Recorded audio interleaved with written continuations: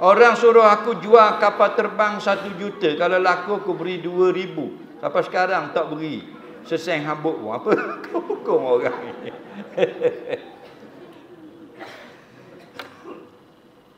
Mu jual motosikal aku ni 5,000 kan nak. Faham? Kalau mula cari orang beli 5,000, aku hadiah mu 500. Ni biasalah tak? Dia pun cari-cari jumpa orang beli 5,000. Tidak beli 500 tu. Apakah hukumnya? Berdosa. Ini ciri-ciri perangai munafik. Faham?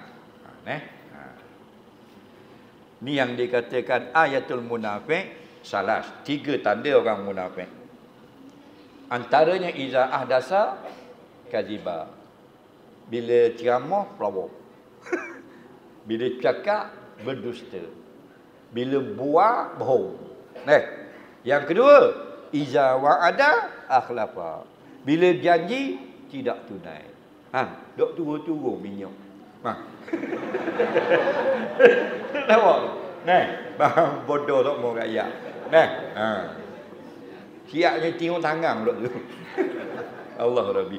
Wa iza tumina, dan bila diberi jawatan, khana, khianat dengan jawatan, tidak amanah. Ini perangai orang munafik. Hukumnya haram, berdosa. Kalau Allah tidak ampunkan dosa dia ni, masuk neraka. Kalau janji dengan orang, berilah fikir. Kata so sayang. Nak lagi, kita dah janji nak beri 500, beri.